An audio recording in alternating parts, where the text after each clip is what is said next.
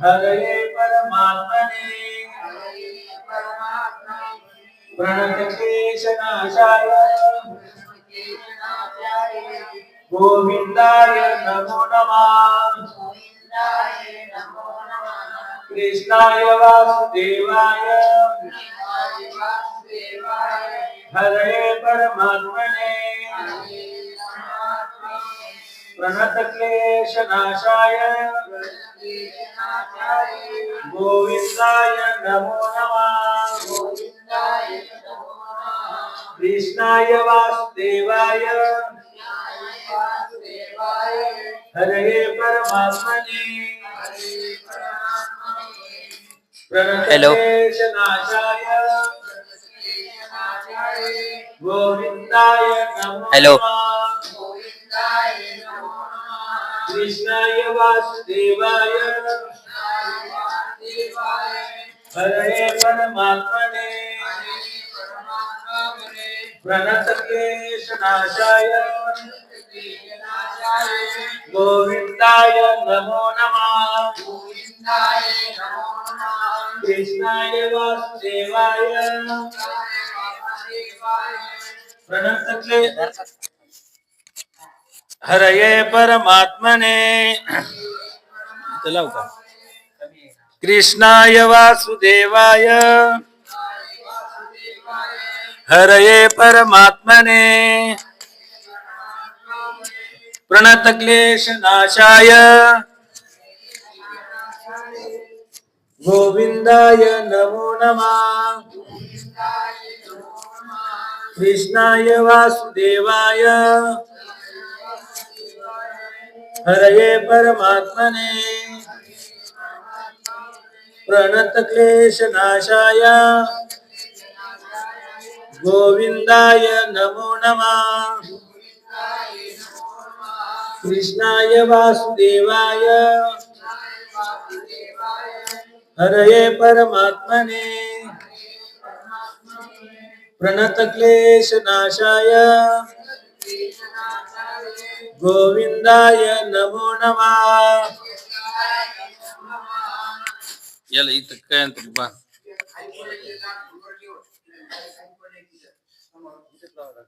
इथं कुठ लाव काही करते वर्ग इकडून हार नको बसलं ना यायला का आवाज नाही मी ठेवलं हे काढून हा ते चेहऱ्यावर पुढे यायले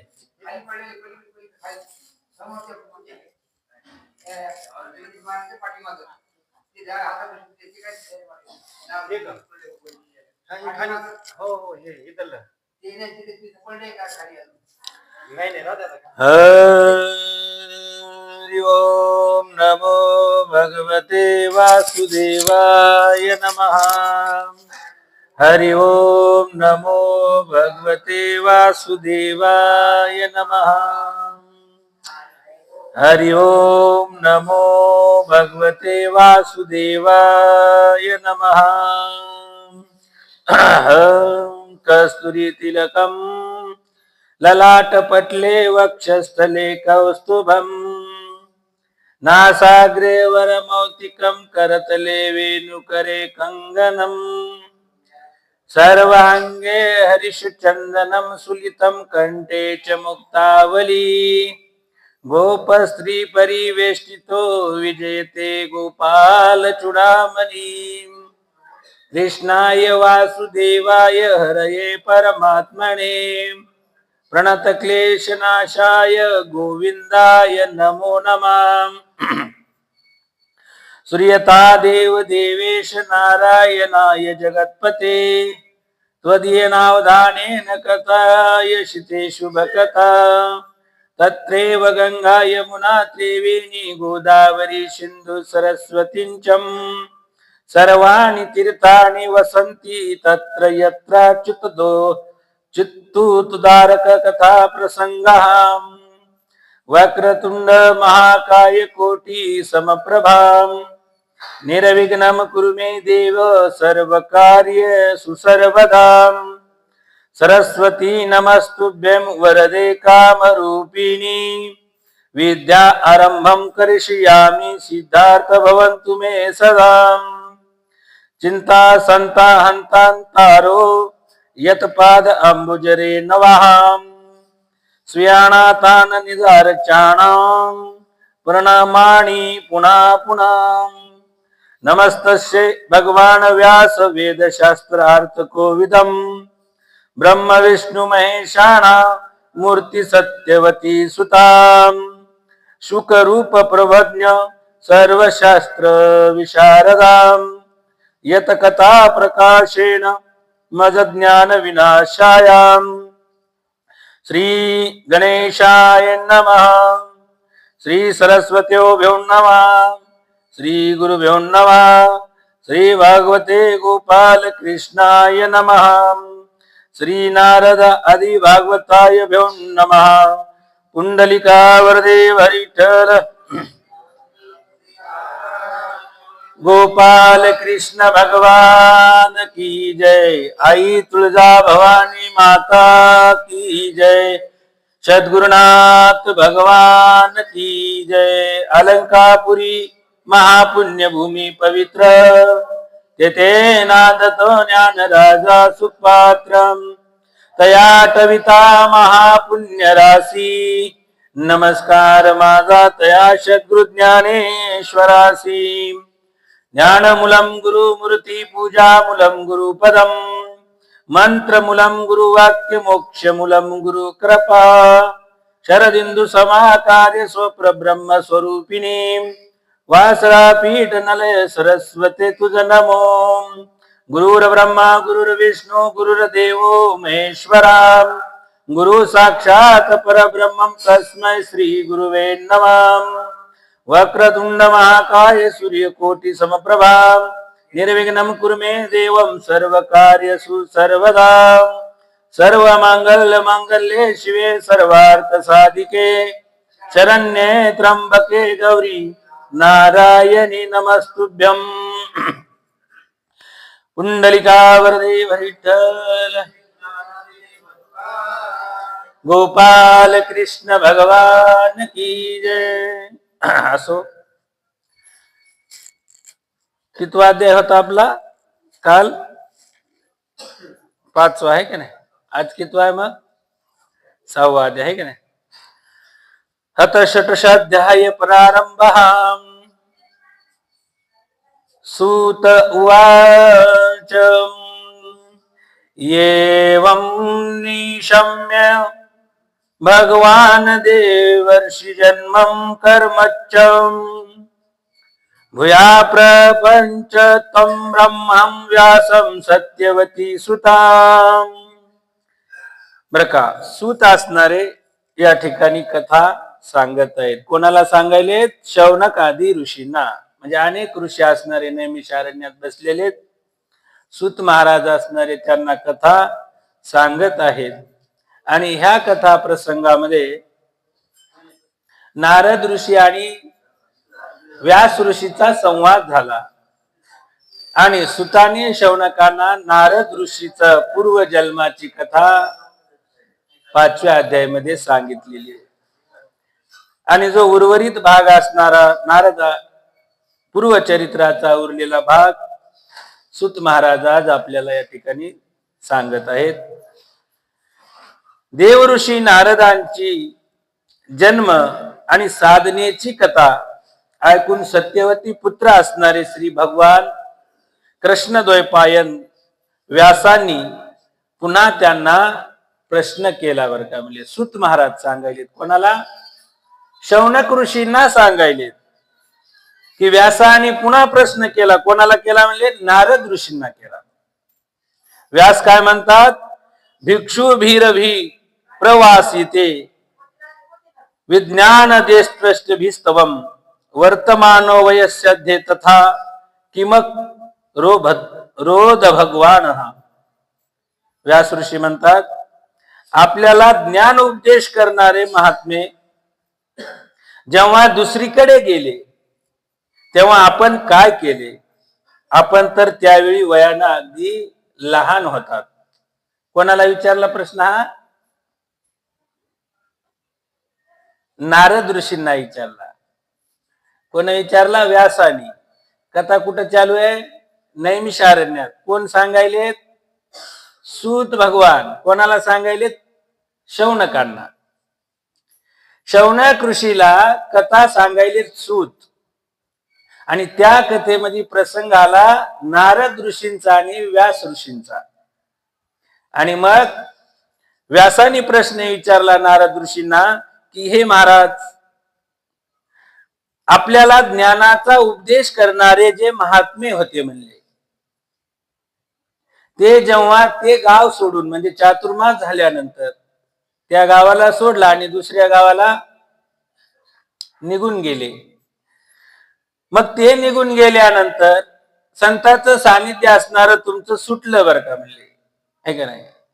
ज्या संतांसोबत तुम्ही राहत होता ते संत निघून गेले आणि निघून गेल्यानंतर तुम्ही त्या काळी लहान वयात होता, आहे का नाही? वय तुमचं लहान होतं.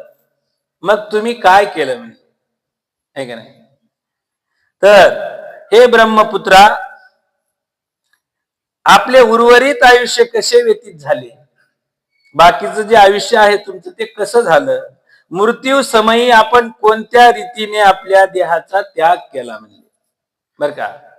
त्या जन्मात नारद ऋषींना सुद्धा म्हणले मृत्यू आला, आहे का नाही? दासीचा पुत्र म्हणून जन्माला आले नारद ऋषी बर का. जन्माला यायला सुद्धा कारण असते. याच्या अगोदर नारद ऋषी एक गंधर्व होते म्हणले. ह्या जन्माच्या अगोदर दासी पुत्र होण्याच्या अगोदर नारद कोण होते? गंधर्व होते. असे गंधर्व होते की त्या गंधर्वासारखं कोणीच सुंदर नव्हतं. गायन करण्यात, दिसण्यात सुद्धा बरं का म्हणले. काय कामदेव सुद्धा म्हणले गंधर्वापेक्षा त्या फिके पडायचे. आणि सुंदरतेचा गर्व आल्यामुळं देवांच्या सभेत बर का जे भजन करायला लावलं ते भजन व्यवस्थित केलं नाही म्हणले. माझ्यासारखं कोणी करीत नाही का नाही, मी असणारा सुंदर आहे म्हणून देवानी शाप दिला आणि दासीच्या पोटी पुत्र म्हणून जन्माला आले. कुठं आले? मानव देशात, म्हणजे धरणी मातीवर मृत्यू लोकांमध्ये जन्माला आले. आणि हे ब्रह्मपुत्रा, पुन्हा मग व्यास ऋषी विचारायले, तुमचं उर्वरित आयुष्य कसं गेलं दासीपुत्राचं?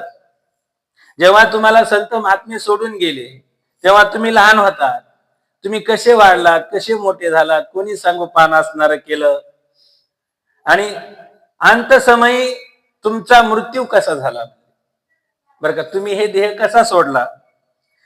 देवर्षी, काळ तर सर्व वस्तूंना नष्ट करतो, असे असता काळाने आपली पूर्वकल्पातील स्मृती कशी नाहीशी केली नाही बर का. देवऋषी व्यास ऋषी सांगायलेत, हे देवऋषी, काळ असा आहे तो सर्व वस्तूंना नष्ट करतो. जेवढ्या वस्तू जन्मल्या बर का, जेवढ्या वस्तू तयार झाल्या, जेवढ्या वस्तू दिसतात,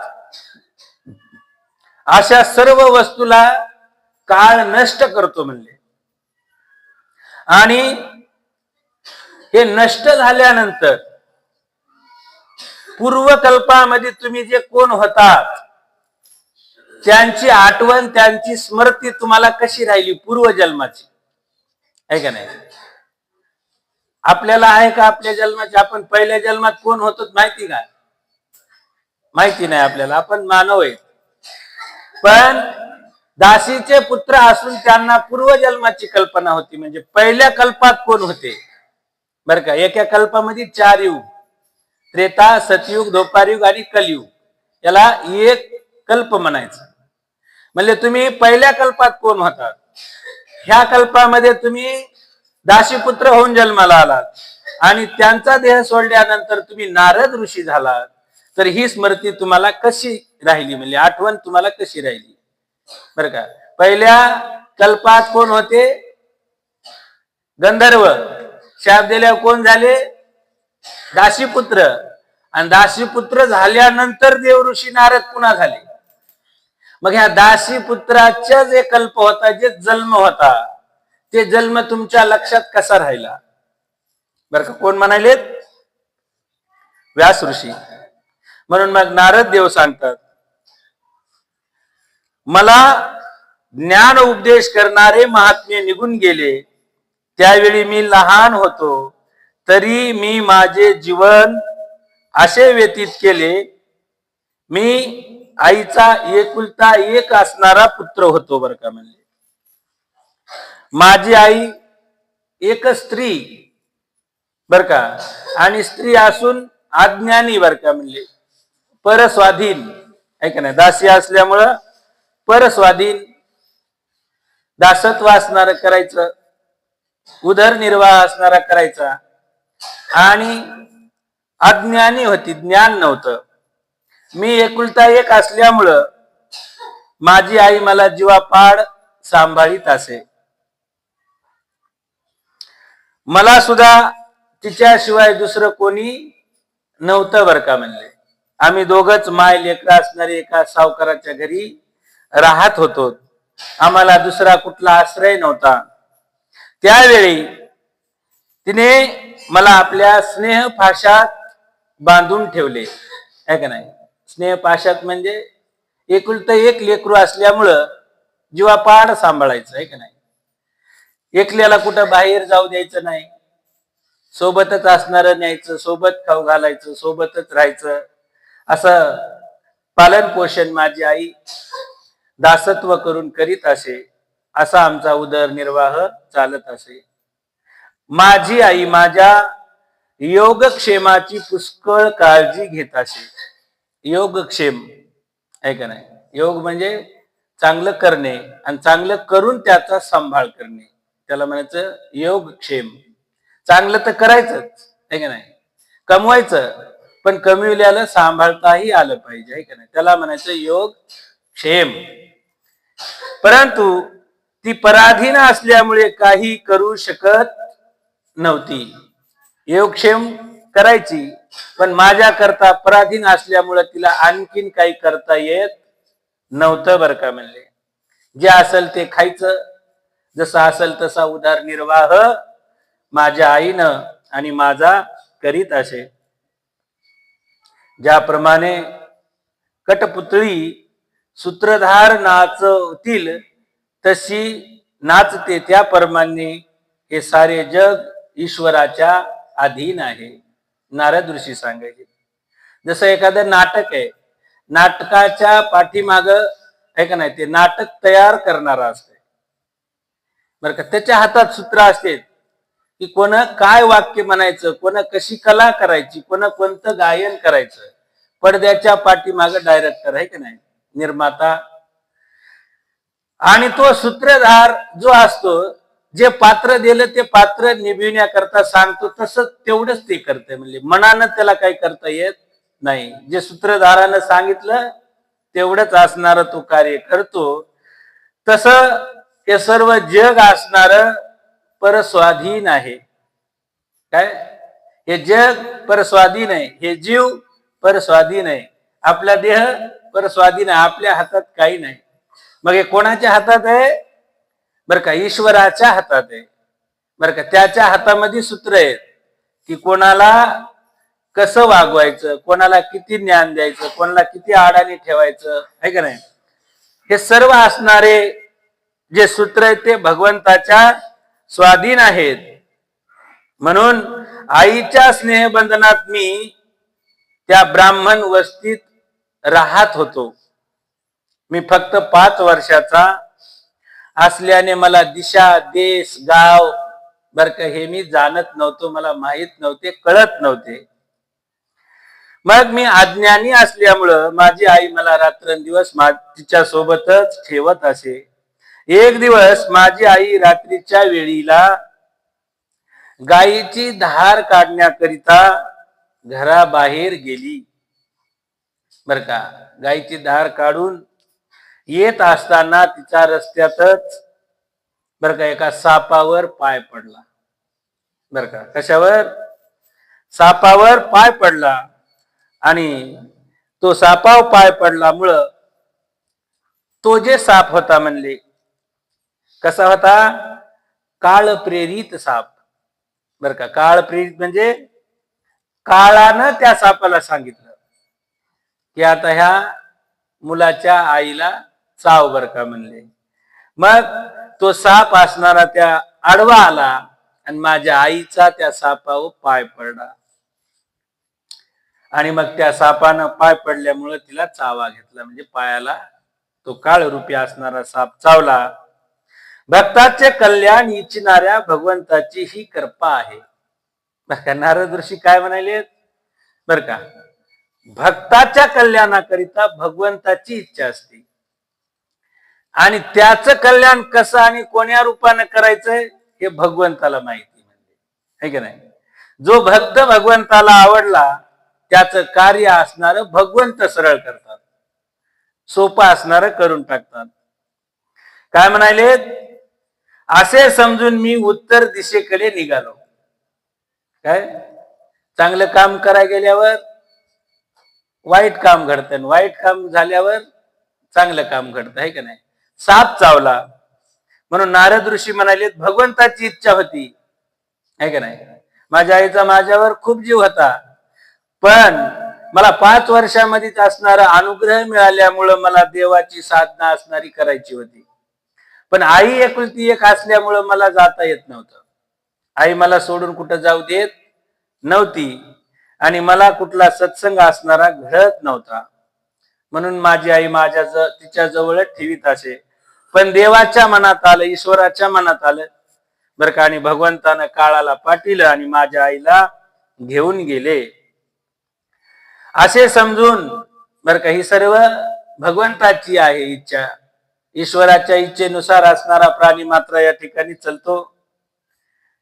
आणि मी उत्तर दिशेकडे निघालो बर का. आई गेल्यानंतर त्या मार्गात मला धन धान्य संपन्न असे अनेक देश गाव आणि भटक्या जाती जमाती, फिरत्या वस्त्या, खेडे पाडे, नद्या, पर्वताच्या रांगा, बागा, बगीचे, उपवने, रंगबेरंगी धातूंनी युक्त असे विचित्र पर्वत असणारे लागले. म्हणजे वाटेनं जाता जाता दिसले, भेटले, है का नाही. कुठं निघाले तर उत्तर दिशेला. काही ठिकाणी वृक्ष होते, त्यांच्या मोठ्या मोठ्या फांद्या हत्तीने मोडून टाकल्या होत्या. मध्ये मध्ये पवित्र जलाचे भरलेले जलाशय होते. तसेच देवतांनी आश्रय घेतलेली सरोवरे होते. त्यावर पक्षी मनमोहक किलबिलाट करीत होते आणि भ्रमर गुंजाराव करीत होते. पाहत पाहत मी पुढे गेलो. मी एकटाच होतो. पुष्कळशे अंतर चालून गेल्यानंतर मला एक घनदाट असे जंगल लागले. तिथे वेद, बांबू, गवत, दर्भ, वेळू, गुहा होत्या. त्या जंगलात साप, अस्वले, कोल्हे असे भयानक प्राणी राहत होते. ते पाहून भीती वाटत होती. चालून चालून माझे शरीर आणि सर्व अवयव थकून गेले. मला खूप तहान लागली. भूक तर लागलीच होती. तेथे एक नदी होती. त्या नदीच्या कुंडात मी स्नान केले. आचमन करून पाणी पिलो. त्यामुळे माझा थकवा नाहीसा झाला. त्या निर्मनुष्य अरण्यात एका पिंपळाच्या झाडाखाली मी आसन घालून बसलो.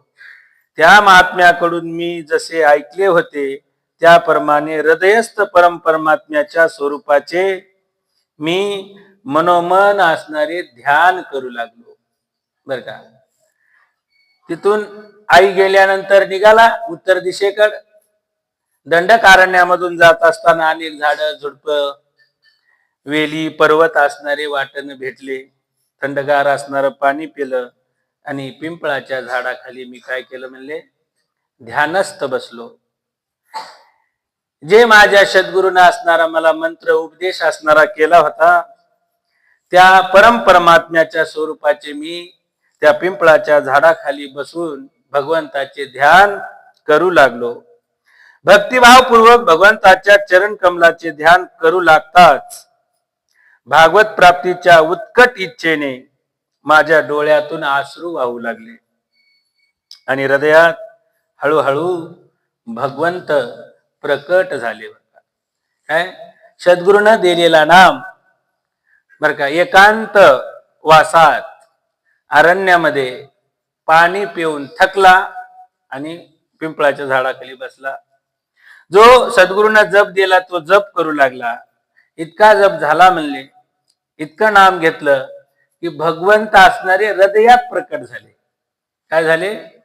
हृदयात असणारे प्रकट झाले. हे व्यासमुनी, प्रेम भावाचा अत्यंत उद्रेक झाल्याने माझे सर्व अंग अंग पुलकित झाले. म्हणजे काय, नाम जप जर तुम्ही असणारे एकांतात बसून केला बर का, आणि नाम जपामध्ये जर ध्यान लागलं तर भगवंत प्रकट होतात हृदयामध्ये. आपल्याला जाणवत आहे, आपलं शरीर हलकं होते, हलकं शरीर नसल्यासारखं वाटते. इतका जप करायचा बर का, इतका जप की आपलं शरीर नाही असं आपल्या मनाला वाटतंय. मग असं वाटल्यानंतर समजायचं भगवंत आता हृदयात प्रकट झाले. आणि भगवंत प्रकट झाल्यामुळे अंग अंग पुलकित झाले. अंग अंग म्हणजे प्रत्येक अंग असणारा हलकं झालं बर का. जड देह एकदम हलका झाला. आपल्यालाच वाटायला की आता आपण फक्त एक ज्योतमय आहे, ज्योतिर्मय, जीव आहे, आत्मा आहे असं वाटायला लागतं बर का. म्हणजे कशानं? फक्त नाम जपान. बाकी दुसरं काही करायची गरज नाही. फक्त नाम घ्यायचं भगवंताचं. जे साधून सांगितलं ते नाम घेतलं, हृदय अत्यंत शांत झालं. नाम घेऊन बघा, हृदय काय होतंय म्हणले? शांत होऊन जातंय. नामाचं महत्व आहे. पूर्ण जे श्रीमद भागवत आहे नामाच्या व्यतिरिक्त दुसरं काहीच नाही.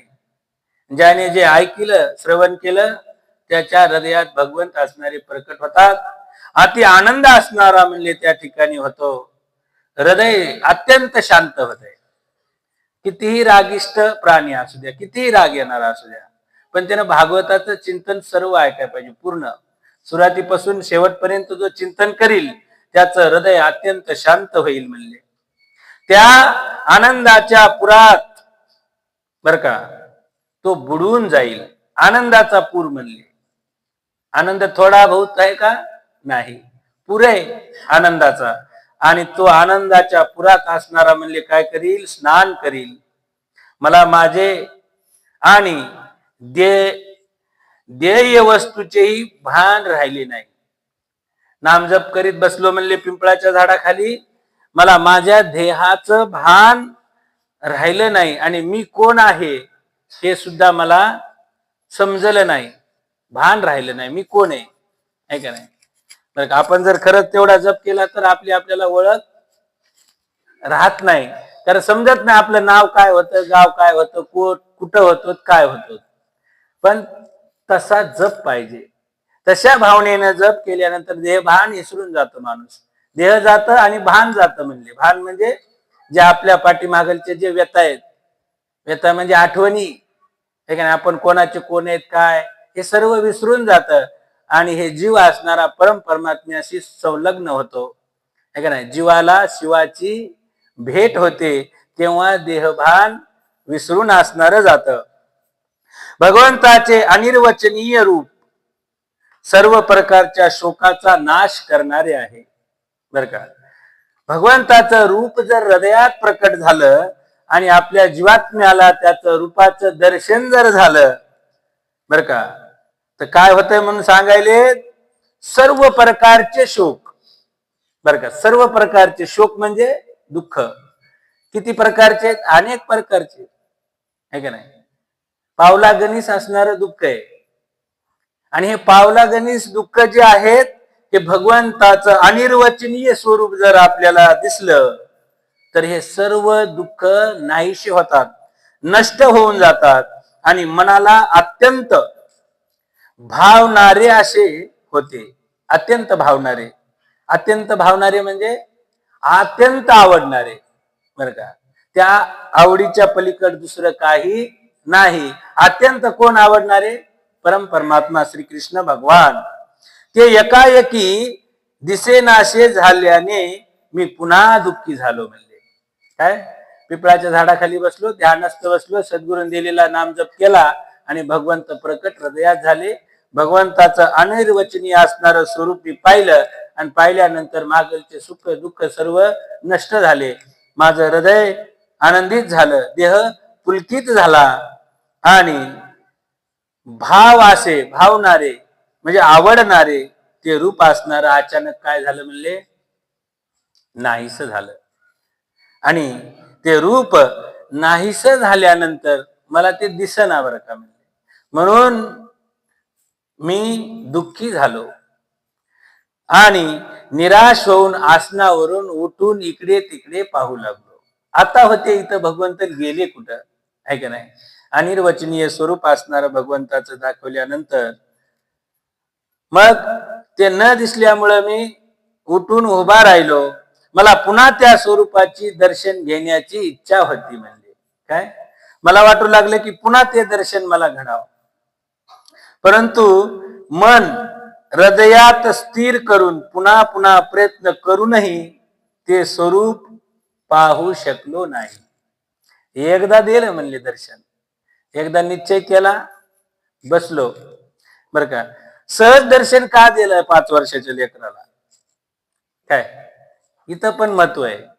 जेव्हा तुम्ही मला दर्शन घ्यायचंय म्हणून जेव्हा बसता तेव्हा दर्शन होणार नाही. अलग लक्षात. चलून चलून थकला, पाणी पिलं, आहे का नाही, आणि अचानक पिंपळाच्या झाडाखाली बसला. मग आता बसला, डोळे झाकले आणि डोळे झाकल्यानंतर सद्गुरूने दिलेलं नाम चिंतन करू लागला. सहज केल्यामुळं भगवंत हृदयात प्रकट झाले आणि हृदयात प्रकट होऊन जीवाला भगवंतानी परमात्म्यानं दर्शन दिलं बर का. आणि दर्शन देऊन क्षणभर तो स्वरूप असणार नाहीच झालं, निघून गेले, माझे डोळे उघडले. पण मला ते पुन्हा घ्या वाटायले, कारण असं स्वरूप होतं की भावणार स्वरूप. कसं होतं, भावणार आवडणार असणारं स्वरूप असल्यामुळं मला वाटू लागलं की पुन्हा पुन्हा आता देवानं मला ते दर्शन द्यावं. ते स्वरूप पाहू शकलो नाही मी, पुन्हा मला ते दिसलं नाही बरं का. म्हणजे किती मांडी घालून बसलो, किती डोळे लावून घेतले, किती जप करीत बसलो, तरी रूप पुन्हा ते दिसलं का नाही दिसलं. का दिसलं नाही, पाहिजे म्हणून बसलो, आहे का नाही. आपण जर म्हटलो की आता मला ते करायचंय, होणार नाही, काय होणार नाही. मी आलं की गेलं बर का. खूप बारकाईचा हिशेब असतो इथं. जर द्यायचा असेल तर सहज देऊन जाते देव भेटून जाते, सहज देते.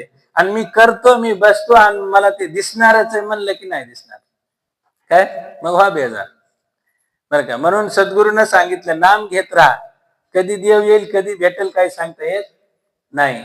म्हणून मला पाहायचंय असं म्हणायचं नाही बर का. निस्वार्थी बर का. काय करायचं, भगवंताचं नाम घेत राहायचं. भगवंत आपले सर्व दुःख नाहीसे करून कधी आपल्याला स्वरूपामध्ये प्रकट दाखवतील काही सांगता येत नाही. म्हणून मी अतृप्त असल्याने व्याकुळ झाल्यासारखा झालो होतो बर का. तान भागली नाही. एकदा बघून बर का प्रेम, एकदा बघून रूप असणार जे भगवंताचं आहे ते मी विसरलो नाही आणि मला ते पुन्हा पुन्हा बघा वाटू लागलं. आणि ते दिसेना म्हणून व्याकुळ झालो. अशा प्रकारे निर्जन वनात मला प्रयत्न करताना पाहून वाणीला विषय न होणारे स्वतः भगवंत धीर गंभीर आणि मधुर वाणीने माझा शोक नाहीसा करीत मला म्हणाले बर का. आता वय किती होतं, है का नाही, 5 ते 6 वर्षाचं. सहज बसले, भगवंतानं दर्शन दिलं, पण पुन्हा घ्या वाटायले म्हणून मी पुन्हा बसलो म्हणले, काय. आणि पुन्हा शोक करायला लागलो, देवा मला तुमच्याशिवाय कोणी नाही, मला दर्शन द्या बर का. प्रेमानं अतिप्रेमानं नाव घ्यायलेत. एवढं प्रेम वाढलं की देव दिसेना म्हणून रडायला लागले. काय करायला लागले, रडणं आलं पाहिजे बरं का. डोळ्यातून अश्रू आले पाहिजे देव दिसेना म्हणून, तेव्हा मग देव दिसतंय. रडायला लागले, देवा मला तुझं ते रूप पाहिजे, देवा मला तुझं ते रूप दाखव असा शोक करायला लागले, दुःख व्यक्त असणारे करू लागले. पुन्हा देवाला दया आली. काय मग पुन्हा देव दिसले नाहीत. स्वतः भगवंत धीर गंभीर आणि मधुर वाणीने माझा शोक नाहीसा करीत म्हणाले. पुन्हा दिसले नाहीत, फक्त आवाज आला म्हणले, देवासारखा आवाज. कसा आवाज असेल म्हणले? धीर गंभीर. बर का, शब्दामध्ये वजन आहे का नाही, बोलण्यात वजन पाहिजे आहे का नाही. बरं का, शब्दाचं सुद्धा वजन असते बरं का. जो कमी बोलेल त्याच्या शब्दाचं जास्त वजन असतं, जे जास्त बोलते त्याच्या शब्दाचं वजन नसतंय आहे का नाही. म्हणून जास्तीत जास्त मौन राखलं पाहिजे, जास्त बोलायचं नाही, वजन राहत नाही. बर का, धीर गंभीर वाणी असणार भगवंत त्या ठिकाणी काय करू लागले म्हणले? बोलू लागले. खेदाची गोष्ट म्हणजे तू या जन्मात माझे दर्शन करू शकणार नाहीस. बर का, हे नारदा देव सांगायले की ह्या जन्मात दुःखाची गोष्ट आहे की तू दर्शन करू शकणार नाहीस. का? तर मानव देह आहे का नाही. मानव देह आहे, ज्याच्या वासना पूर्णतया नाहीशा झाल्या नाहीत, त्या परिपक्व योगी लोकांना माझे दर्शन अत्यंत दुर्मिळ आहे. ज्यांच्या वासना पूर्णतया नाहीशा झाल्या नाहीत. वासना म्हणजे इच्छा, वासना म्हणजे जे आपले काम आहे, जे आपल्या मनाला आत्म्याला जी इच्छा आहे, जे आपले काम राहिलेले आहेत, हे ज्याचे पूर्ण होत नाहीत, बर का, नाहीशा झाल्या नाहीत, त्याला अपरिपक्व योगी लोकांना माझे दर्शन अत्यंत दुर्मिळ आहे. योगी लोक काय अपरिपक्व म्हणले, योगी आहेत पण अपरिपक्व, पक्व नाहीत, पिकलेले नाहीत किंवा चांगले भाजलेले नाहीत. बर का, या लोकांना सुद्धा माझं दर्शन दुर्मिळ आहे. बर का, अनेक तप कराय बसले, जप कराय बसले, जटा वाढल्या, नकाच्या चुंबळी वळल्या, अशांना सुद्धा माझं दर्शन दुर्लभ आहे. पण तू अति हृदयातून भावनेनं सद्गुरूचा नाम जप असणारा सहज करीत होतास म्हणून तुझ्या हृदयात प्रकट झालो. पण आता तुला ते दर्शन मिळणं दुर्लभ आहे. हे निष्पाप बालका, तुझ्या हृदयात मला प्राप्ती करण्याची जिज्ञासा जागृत करण्यासाठी म्हणूनच मी तुला हा एक वेळ माझ्या रूपाची झलक दाखविली. म्हणजे काय, थोडासा चाणक्ष दाखविल्याशिवाय शरण येत नाही, है का नाही, किंवा नाद लागत नाही, गोडी लागत नाही. बर का, तुला माझ्या नामाची गोडी लागावा, तुला माझ्या रूपाचं ध्यान व्हावा, तुला माझी आठवण यावा, म्हणून तुला थोडीशी चाणक्ष दाखविली. म्हणले माझं स्वरूपाचं थोडं रूप असणार तुला मी दाखविलं. का दाखविलं? तर तुझ्या हृदयात मला प्राप्त करण्यासाठी जिज्ञासा जागृत व्हावा. काय जिज्ञासा जागृत व्हावा म्हणून असणार मी तुला रूप असणार दाखविलं. मला प्राप्त करण्याची आकांक्षा असलेले साधक आपल्या हृदयातील सर्व वासना हळूहळू त्याग करतात. म्हणजे मी कधी भेटतो की ज्याच्या हृदयातील वासना असणाऱ्या जेव्हा पूर्ण नष्ट होतात, तेव्हाच असणार मी त्यांच्या हृदयात जाऊन दर्शन त्यांना देतो. बर का, वासना, कामना, कार्य, बर का, जे काय आपल्या हृदयात भरलेलं आहे तेवढं पूर्ण निर्मळ झाल्याशिवाय भगवंत जागे होत नाहीत. दंभ, अहंकार, गर्व, मीपणा, तूपणा आहे की नाही, मान, अपमान, ह्या सर्व गोष्टी जेव्हा नाहीशा होत्या, मन हृदय असणार निर्मळ होईल. बर का, हळूहळू तेव्हा असणारा मी प्रकट होतो.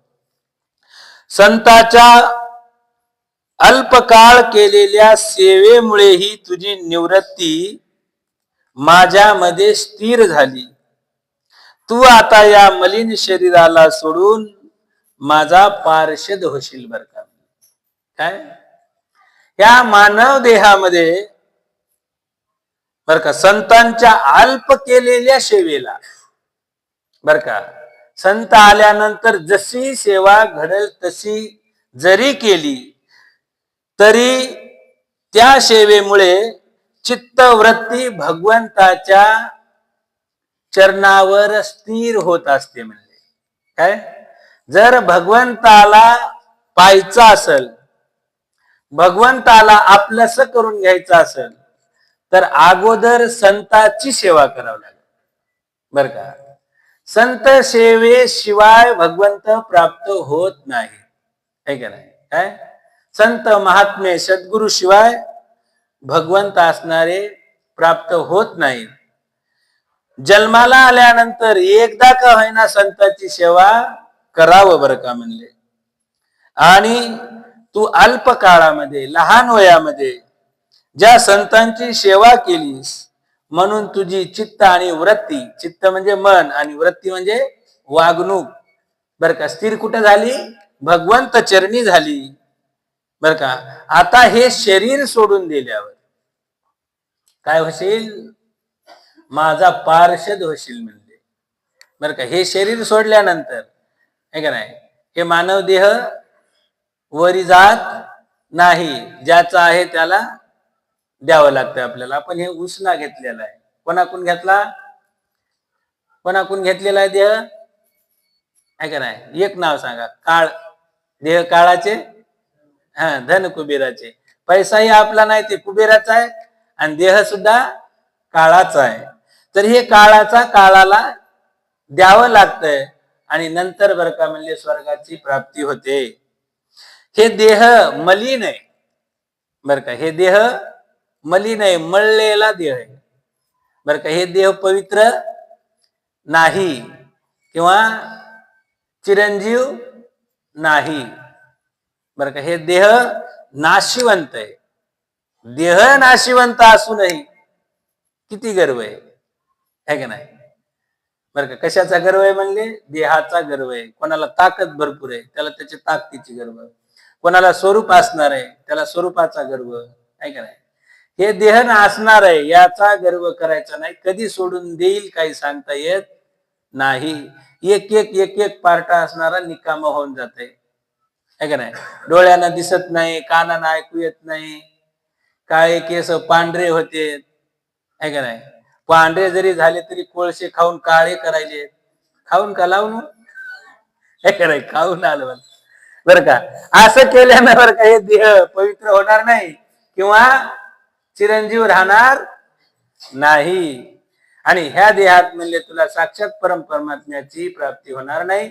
हा, हे देह सोडून दिल्यानंतर तू माझा पार्षद होशील, म्हणजे माझ्या सारखाच होशील, देवच होऊन जाशील है का नाही. पार्षद म्हणजे भगवंताचा सेवक. मला प्राप्त करण्याचा तुझा हा जो दृढ निश्चय आहे बर का, ते कदापि ढळणार नाही असा आशीर्वाद देतो म्हणले तुला. काय ढळणार नाही म्हणजे डगमगणार नाही. काय डगमगणार नाही, निश्चय कशाचा, भगवंताला प्राप्त करण्याचा बर का. मनात निश्चय पाहिजे आणि तो निश्चय ठेवण्याकरिता भगवंताचीही कृपा लागते राहण्याकरिता है का नाही. भगवंताच्या चरणी भगवंत मिळावा असा जो दृढ निश्चय आहे बर का, हे देवाच्या कृपेशिवाय राहत नाही. म्हणजे एवढा आशीर्वाद देतो की हा जे तुझा दृढ निश्चय आहे ते कदापि टळणार नाही, ढळणार नाही. सृष्टीचा प्रलय झाल्यानंतरही माझ्या कृपेने तुझी ही स्मृती जशाला तशी राहील. म्हणजे काय, तुझी जी ही स्मृती आहे, आठवण आहे बर का, पहिल्या जन्मातली, पुढच्या जन्मातली, कोणता जन्म होणार आहे, ही स्मृती काय राहील, जशाला तशी राहून जाईल. आकाशासारखा अव्यक्त असणारा सर्व शक्तिमान महान परमात्मा इतके बोलून स्तब्ध झाले. त्यांच्या त्या कृपेचा अनुभव घेऊन मी त्या सर्व श्रेष्ठ अशा भगवंताला नतमस्तक लवून नमस्कार केला. त्यावेळेपासून मी लज्जा संकोच सोडून भगवंताच्या अत्यंत रहस्यमय अशा मंगल नामाचे कीर्तन करीत असतो. म्हणजे काय, तेव्हापासून काय सोडून दिलं? लाज सोडून दिली, संकोच सोडून दिला, मान सोडून दिला, अपमान सोडून दिला. अपमान जरी कोणी केला तर ज्या ठिकाणी सत्संग आहे, नाम चिंतन आहे, अशा ठिकाणी मी जाऊन बसतो बर का. म्हणजे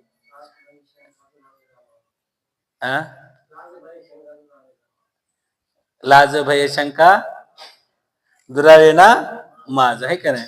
अभंग. लाज भय शंका दुरावे ना मज. लाज नाही, भय नाही, शंका नाही. कशापासून दुरावे ना? नामापासून. किती अपमान करू द्या, भगवंतासमोर जाऊन बसणं गरजेचं आहे बरं का. लोकांमुळे बसायलो का? नाही. आपल्या आत्म्याची सोडवणूक करायची म्हणून नामचिंतन, नाम घेणं. लाज सोडून द्यायची, लज्जा सोडून द्यायची. जरी एखादा म्हणला दुसऱ्या दिवशी येऊ नको, तरी जाऊन बसायचं. इथं नको का, लांब जाऊन बसून ऐकतो, पण येणार. काय कराय, येऊ नका म्हणले तरी येणार.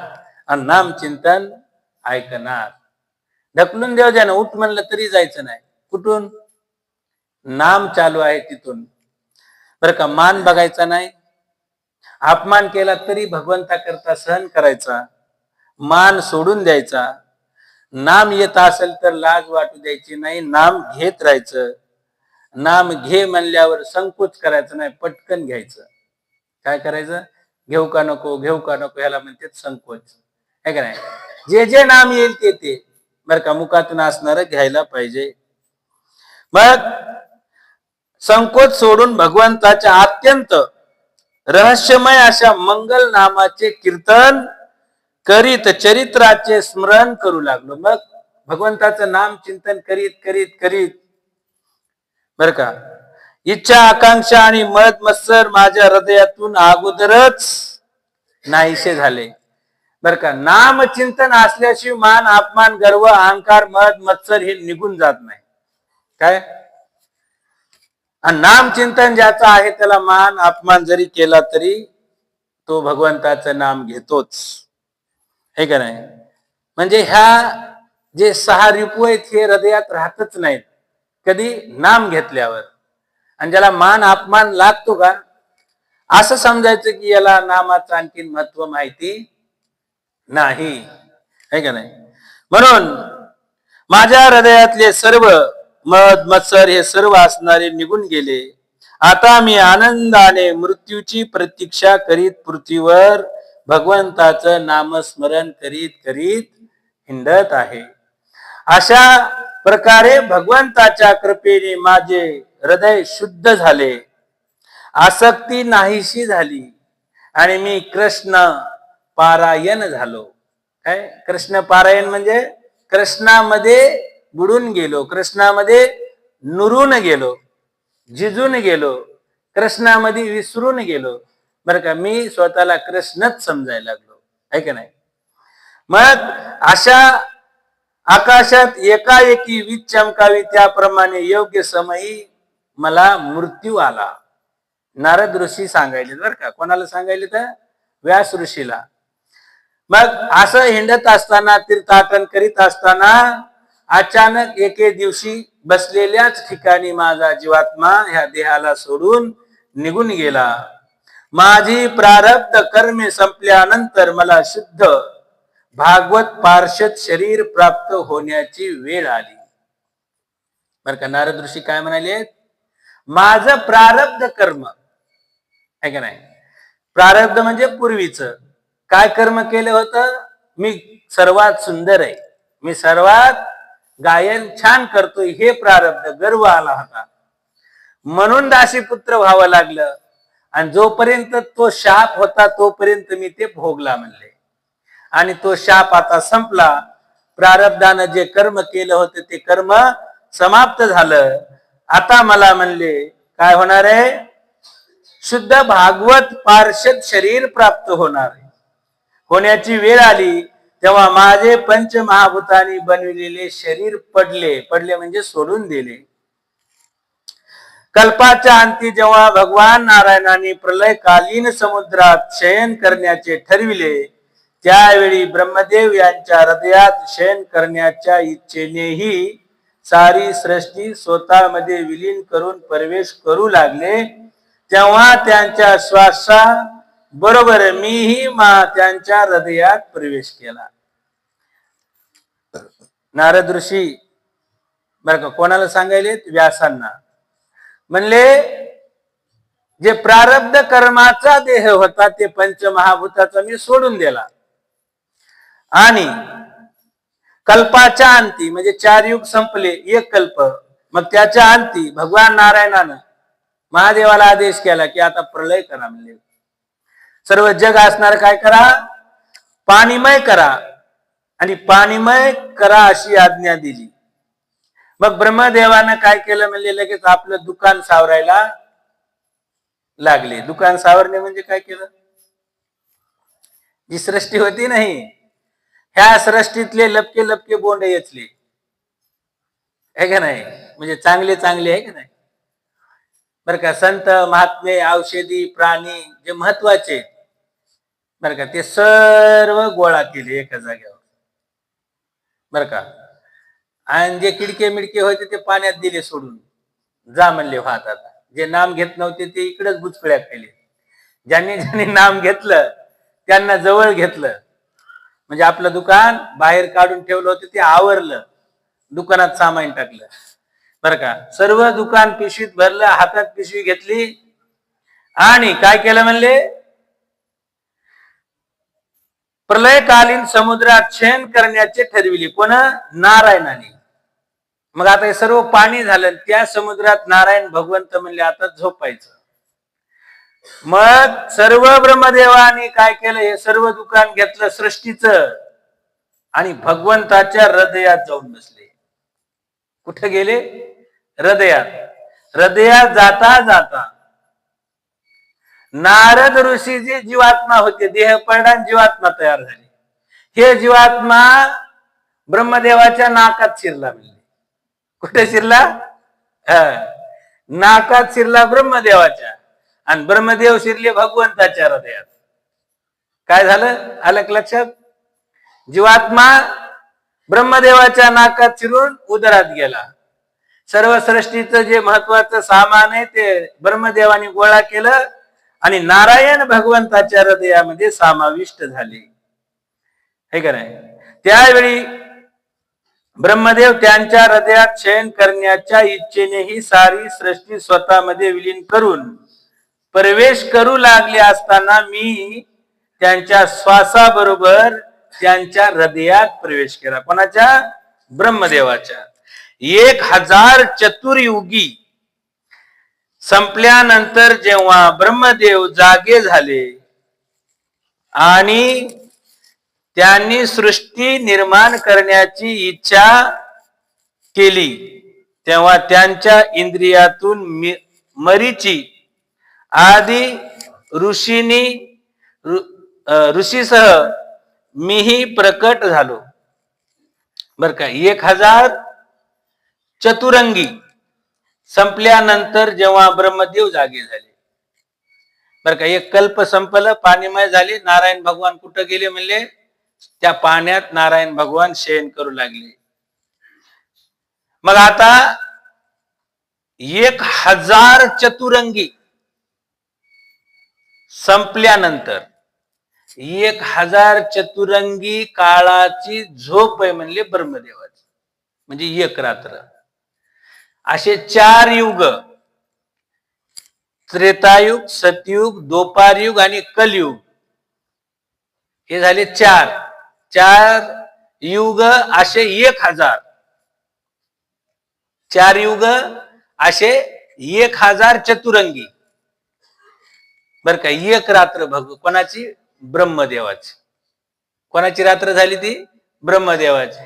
आणि 1000 चतुरंगी संपल्यावर ब्रह्मदेव झोपेतून जागे झाले, डोळे उघडले म्हणले त्याला काय, आणि पुन्हा त्याची इच्छा झाली की आता सृष्टी निर्माण करावी. आणि सृष्टी निर्माण करीत असताना बर का ब्रह्मदेवाच्या इंद्रियापासून म्हणजे ब्रह्मदेवाच्या शरीराच्या अवयवापासून मरीची आदी ऋषीसह सर्व प्रकट झाले. म्हणजे ब्रह्मदेवानं सामावून अगोदरच घेतले होते, आहे का नाही. कल्पाच्या अंती म्हणजे पाणीमय जेव्हा धरणी माता होऊ लागली तेव्हा सर्व दुकान मांडला आपल्या हृदयात नेऊन लपविले. तुम्हाला सांगितलं लपके लपके बोंड ते पुन्हा इंद्रियाद्वारे निघाले म्हणले बाहेर. कोण कोण निघाले, मरीची आदी ऋषी. मग त्या ऋषी सोबत मीही बाहेर आलो म्हणले. कोण म्हणाले, नारद ऋषी म्हणाले. तेव्हापासून भगवंताच्या कृपेने मी वैकुंठ आदी तिन्ही लोकांच्या आत आणि बाहेर निर्धास्तपणे संचार करीत असतो. जेव्हा ब्रह्मदेवाच्या देहात गेलो तिथून बाहेर निघालो तेव्हापासून नारायणाचा मी भक्त झालो. नारायणानं मला असा वरदान दिलं बर का, भूत भविष्य वर्तमान जाणण्याचं आणि कोण्याही गावाला जाण्याचं म्हणले. एका क्षणात नारद मुनी पृथ्वीवर ते दुसऱ्या क्षणात स्वर्गामध्ये कुठंही जाण्याचं बर का असा वर दिला. त्याला म्हणते गमन कळा. काय गमन कळा नारद होती प्राप्त झाली महाराजा.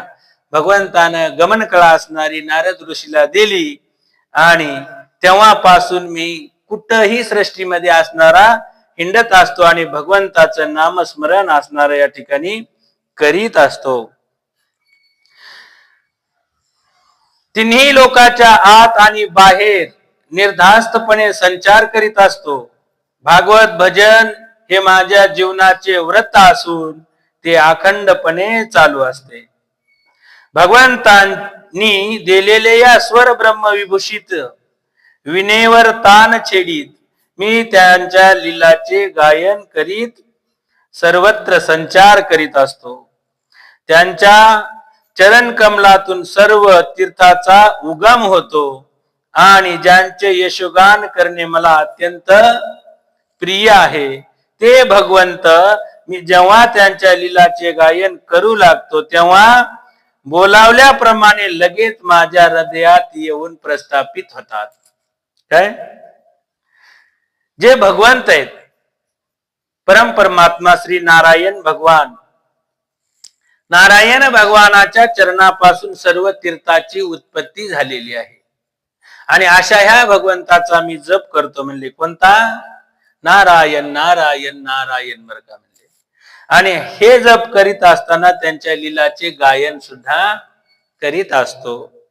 आणि मला जेव्हा जेव्हा वाटेल भगवंताचं स्वरूप पाहावा तेव्हा तेव्हा ते माझ्या हृदयात येऊन विराजमान होतात आणि मला दर्शन देतात बर का. कशामुळे देतात दर्शन, केवळ नामामुळे बर का. काय करतात, फक्त नाम घेतात. कोणतं नाम, नारायण नारायण असं नाव घेतल्याबरोबर ते मला दर्शन देतात. ज्याचे चित्त नेहमी विषय भोगाच्या कामनेने आतुर झालेले असते त्याच्यासाठी भगवंताच्या लीलाचे कीर्तन संसार सागरातून पार होण्याचे जहाज आहे. हा माझा स्वतःचा अनुभव